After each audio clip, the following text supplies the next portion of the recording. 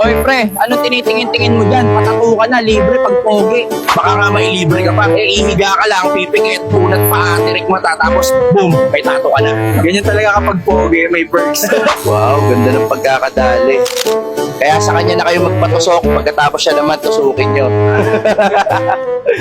Digdi sa gubat ang mga tao mabubuot, asin mahilig sa aldawbanggi na hulbot-gabot. Digdi ka sa bulan, ang mga lalaki tunay na masisiram, alagad madalion luwasan. Ay nako, ang daming galit sa China. Pero teka lang halos lahat naman ng gamit sa katawan at sa bahay ay made in China. Galit daw sa China. Pero suki naman ng mga online shops na puno ng China products at sellers. Yung iba nga dyan, kumikita pa ng malaki dahil sa business nila na ang products ay gawa lang din naman sa China. O, di ba? May pa-hate China sila for the clout, pero yumaman sila sa made in China nilang products at pinapayaman din nila ekonomiya ng China. Mga ipokrito, di ba? Guard, asan yung operator nyo? Sabihin mo, singilin ko yung utang niyang pakbet at giniling. 3 lingo na yon, ayaw niya magbayad, puro pahingi ng sabaw. Lingo na yon, ayaw niya magbayad, puro pahingi ng sabaw. Billions for flood control. Pero sa bulsa lang, dumiretso. Tatang, ano na naman yung hawak-hawak ninyo? Mabuti at nakita mo, isang makapangyarihang taong lang ang kayang humawak nito. Ito ang makapangyarihang anting-anting. Ano naman po ang nagagawa niyan? Sa sobrang makapangyarihan nito, hindi ka kayang makita ng mga tao. Basta nakapikit lang ang mga mata. Pag iniwan mo ako, maglalaslas ako. Pwede nga. Magpatuloy nga, di mo kaya laslas pa. Isang paraan para makatipid sa kuryente o gas ay umakyat lang sa bubong ng tanghali para magluto. Hindi na kailangan gumastos sa gas dahil sapat na ang init ng panahon para magawa ang mga bagay. Anak, linisin mo na ang bahay ngayon. Sheda, ma. Bakit palagi na lang ako ang inuutusan mo? Pasnea. Mahirap talaga ang buhay sa Pinas. Kaya nag-ibang bansa para lalong magpakahirap. Mindset ba? Mindset. Ganito pala guys, pag walang babae sa buhay ang payapa.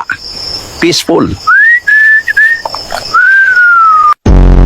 Post ka ng post na hindi mo mahanap yung para sa'yo, tapos dasal ka ng dasal, pero ayaw mo naman sa pangit. Sunugin ang mangkukulam! Sunugin! Mayroon akong magic spell. Yung umutang sa'yo ay magbabayad. Palayain ang mangkukulam! Palayain! Anong sira ng phone? Nabasa po. Nabasa ng ano? Ng aking mga luha. Magbigay ng 5 katangian ng lalaki na meron sa Quezon, start with letter M. Masipag, mabait, masunurin, mapagkakatiwalaan, at malibog. Tropa, grabe to. Nasa Intramuros Palengke ako na taong 1584. 5 dangkal ng tela, kapalit lang ng itlog. Wala pang B80 nun, pero may sukli na. Ang mura nito, isang bayong ng asukal. Kapalit lang ng kalahating salop ng bigas. Uy, ito tableya to. Isang piraso lang, 2 tuyo ang kapalit. Alam nyo, ito raw ang gamit ng mga Kastila sa tsokolate noon, wala pang Milo noon. Lahat ng bilihin, parang halos libre. Grabe, no? Alam mo ba, Mare, anak ni ganito buntis daw? Oo nga, Mare, ang laki ng tiyan niya. Di ba, Mare, may boyfriend yata yun kasi may kasama siyang lagi na lalaki. Eh, chinismis mo na naman ako, ha? Etong sa'yo, chismis pa! Sinong susunod?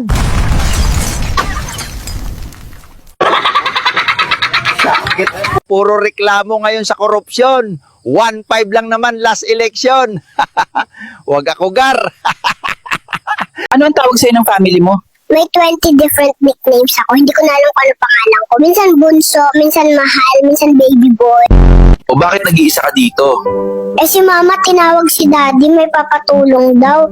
Akala nila di ko alam gagawin nila dun. Ano ang pinakamahirap sa pagiging baby? Lagi ako kinukumpara sa ibang baby. Yung kapitbahay daw mas mataba. Eh kakahanak ko lang. Ano masasabi mo sa mga magulang mo? Mama, Mahal mo ba talaga si Papa o tinanggap mo na lang kasi no choice?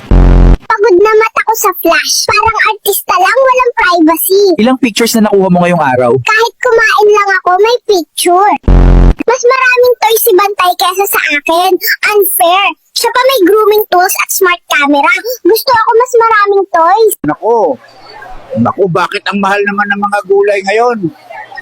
Nako, sa gobyerno po kayo magtanong.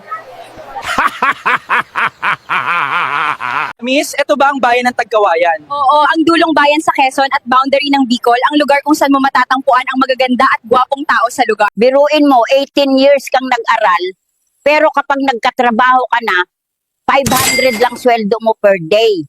Tapos kakaltasan ka pa ng kung ano-anong tax. Tapos mapupunta lang sa bulsa ng mga buhaya.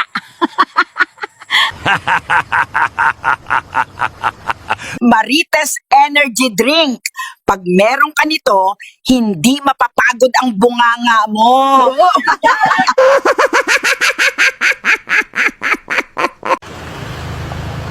Aling Marites, paano mo nabili ang Ferrari na yan? Pokpok ang anak ko, syempre. Hoy, i-check mo ang account ng asawa mo. Panay ang message sa akin. Sabi single daw siya at patay ka na. Pre, makakauwi pa ba tayo ng buhay? Tangina mo, ikaw nagsabi mag-criminology tayo para maniwala si tatay na straight ka. Bilisan mo tumakbo, Aida! Hindi kita iiwan, Jason Troyo. Magbembang pa tayo.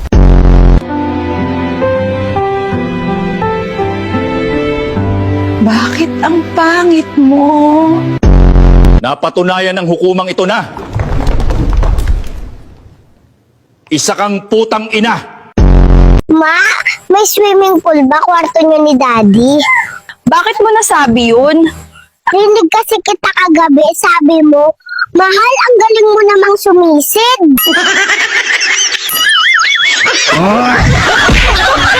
Pre, antay mo na lang ako sa sasakyan. Kaya ko na to. Patapos naman na to, baka mawalan tayo ng gamit doon. Nilak ko yung pre, baka mag-abot si ma'am eh.